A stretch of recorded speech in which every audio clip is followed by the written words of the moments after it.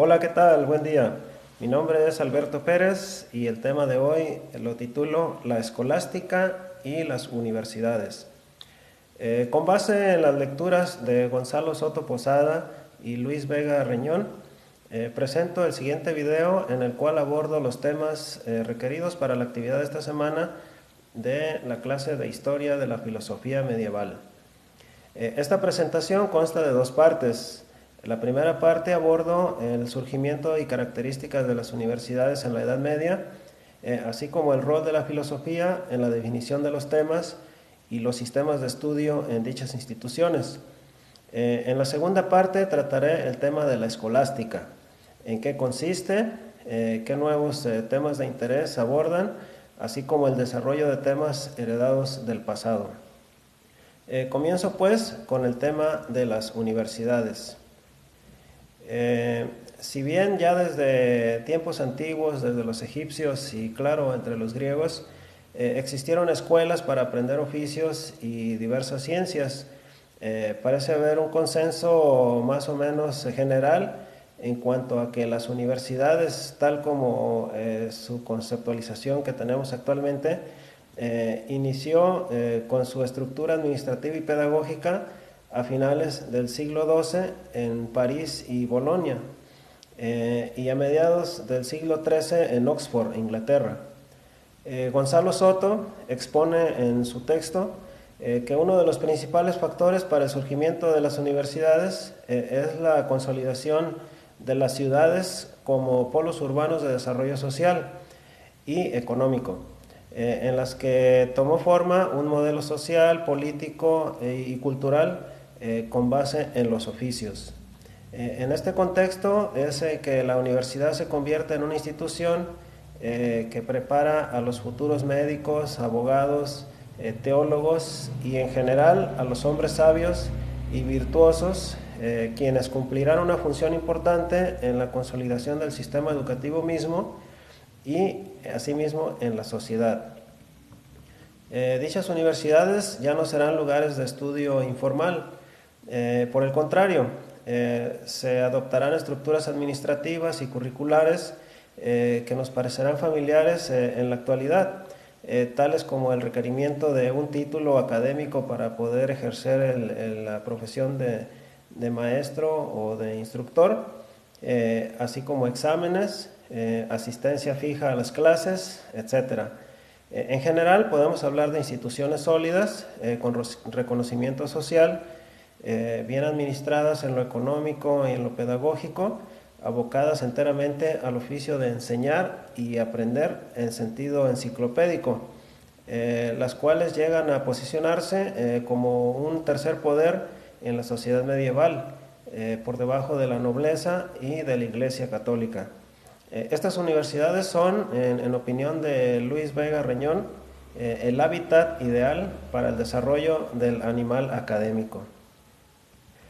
En las nuevas universidades la filosofía jugará un papel central, puesto que hemos de recordar que en la Edad Media los temas de ciencia, ética y religión pues eran todos, eran parte, en ese tiempo se les conocía a todos como filosofía, pero además estaban los posicionamientos ético-estéticos con respecto al hombre y su relación con Dios, esto es, a la necesidad de nutrir al alma con saberes que hagan del hombre una persona buena, virtuosa, disciplinada, prudente, que sea capaz de refrenarse a sí misma ante malas inclinaciones, capaz de distinguir lo verdadero de lo falso, en general, un hombre sano o sanable ante los ojos de Dios y capaz de aportar algo bueno a la sociedad en la que vive.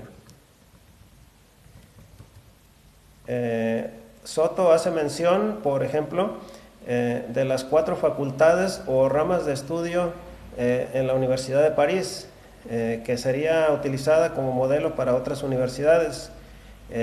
Había la Facultad de Teología, la de Artes Liberales, la de Derecho y la de Medicina. Años después, estas 4 facultades serían reemplazadas por solo 3, la retórica, la gramática y la dialéctica. Al frente de cada facultad había un decano, contaba con profesores titulares o de planta, así como profesores visitantes o conferencistas. Al frente de la universidad estaba el rector. La naturaleza de la estructura de la universidad, en la que el alumnado jugaba un papel no sumiso, sino protagónico, permitió el desarrollo de novedosas y a veces ríspidas relaciones de poder, tanto al interior de la institución como entre esta y otros poderes políticos y religiosos. No obstante, como lo afirma Luis Vega, la universidad medieval no es para nada un polo subversivo o crítico de la realidad política y religiosa, como sucede en la actualidad. Por el contrario, es más bien un elemento de orden y de estabilidad al servicio del rey y de la iglesia, a quienes tiende a legitimar. Paso ahora al siguiente tema, que es la escolástica y sus temas de estudio. En las recién establecidas universidades, el tema central y que permeará toda la actividad académica será el de la teoría de la argumentación racional, porque ya que se requiere el establecimiento de consensos regulados y reguladores. En este tiempo aún no existe el método científico, por lo que la arena de combate por la verdad y la razón será el interior de la mente humana, utilizando la fuerza del argumento. La escolástica es el método predilecto en esta época. Consiste en tres partes, las cuales son la primera, la conocida como lectio. En esta etapa se hace una división y análisis del texto de que se va a estudiar y cada una de sus unidades proposicionales. En segundo lugar, se hace una exposición del texto, esto es, se hace un esfuerzo de comprensión inicial de la composición lingüística del texto. Hay una aclaración y determinación del significado superficial del texto y posteriormente una elucidación del significado doctrinal profundo. En una tercera etapa hay una explicación del texto y resolución de dudas en torno al lenguaje empleado. Aquí cabe hacer una aclaración. Al referirme a un texto, quiero decir un texto autorizado para ser sujeto de estudio. El nivel descendente de autoridad de un texto era el siguiente. En primer lugar estaban los textos bíblicos, en segundo lugar los textos patrísticos y en tercer lugar los textos escolásticos aprobados. Había otros textos considerados externos, de los cuales se les asignó algún grado de autoridad, como por ejemplo los textos aristotélicos y los platónicos. En una segunda etapa de la escolástica vendría siendo el quaestio. En esta etapa se identifican dos o más posturas opuestas entre sí, cada una de las cuales posee en apariencia sus propios argumentos, los cuales se estiman suficientes para considerarla válida cada una de las posturas por separado. Posteriormente, ya en una tercera etapa, que se conoce como disputatio, en esta etapa, a partir de los elementos obtenidos en la segunda etapa, que es la de quaestio, se da una evolución como resultado de la confrontación de las distintas tesis, a fin de dilucidar qué elementos son verdaderos y cuáles son falsos. El proceso concluye con una determinación magistral, esto es, una especie de veredicto emitido por un maestro o profesor, quien a manera de un juez determina a qué postura y bajo qué condiciones otorgar la victoria y en esencia la calidad de verdadera al argumento que obtenga ese veredicto favorable. Este proceso funcionaría de manera algo similar al funcionamiento de los juicios en el sistema judicial o legal mexicano. Los nuevos temas que habrán de abordar los escolásticos son principalmente la conciencia y la autoestima del ser humano, la virtud o grandeza del espíritu y la vindicación de la autonomía de la razón en los asuntos no divinos. Es en esta etapa que la filosofía aristotélica recupera algo de la gloria perdida ante el platonismo y el neoplatonismo, que tomó preeminencia, como se recordará, en la época patrística. Un tema en particular que gana prominencia y que es retomado a la luz de las nuevas exigencias racionales es el de la creación del mundo por Dios. Las posturas de que Dios creó el mundo de la nada ya no son, digamos, creíbles, mucho menos aceptables a la luz de la razón.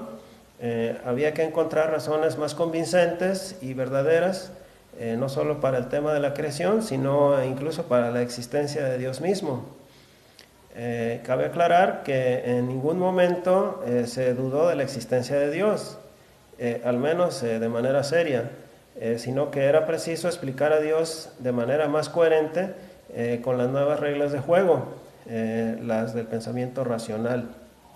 La mayoría de los filósofos y algunos teólogos comienzan a reconocer que tanto la teología como las artes seculares tienen dominios propios. Esta postura, conocida como la doble verdad, fue condenada como herejía por un decreto papal en el año 1277, convirtiéndose así en uno de los primeros conflictos entre filosofía y religión. Vega Reñón parece sugerir que este problema, de manera indirecta, tuvo como un efecto no previsto el inaugurar la ciencia moderna, al menos en el ámbito filosófico. En el terreno de la lógica, es a mediados del siglo XIII que inicia lo que podríamos llamar la lógica analítica, por la actualización de contraejemplos y contraargumentos, el llamado método de contrastación o de invalidación, clásico obviamente de la escolástica. Se analiza el lenguaje discursivo y se detectan las falacias de pensamiento, las relaciones de consecuencia y se examina la legitimidad de las reglas de inferencia. También aparecen los primeros manuales de dialéctica. Pues hasta aquí mi presentación. Les agradezco de antemano sus amables comentarios. Tengan buen día.